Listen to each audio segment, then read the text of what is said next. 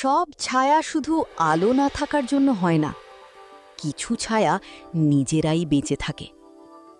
জঙ্গলের ভেতর দিয়ে হাঁটছিল রাজকন্যা নীলাভা। তার পাশে উড়ছিল টুকু টিয়া।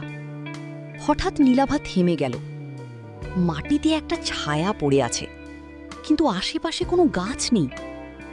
টুকু ধীরে বলল, টুকু জানে এটা স্বাভাবিক না। ছায়াটা যেন নড়ছে, ধীরে ধীরে লম্বা হচ্ছে। নীলাভার চোখে ভয় আর কৌতূহল একসাথে জেগে উঠল।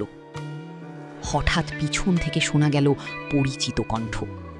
বুড়ো জ্ঞানী সাপ বলল, যে ছায়া আলো ছাড়াই জন্মায় তার ভেতরে লুকিয়ে থাকে স্মৃতি আর অন্ধকার। নীলাভা জিজ্ঞেস করল, স্মৃতি নাকি বিপদ? ছায়াটা হঠাৎ ফুলে উঠল, আর তার ভেতর থেকে ভেসে এলো ফিস ফিস শব্দ। সত্য জানতে চাইলে কাছে এসো। টুকু চিৎকার করে উঠল, না, এটা ফাঁদ। নীলাভা এক পা এগিয়ে গেল। তার হাত থেকে হালকা আলো বের হতে শুরু করল। আর ঠিক তখন ছায়ার ভেতর থেকে কিছু বের হতে শুরু করল।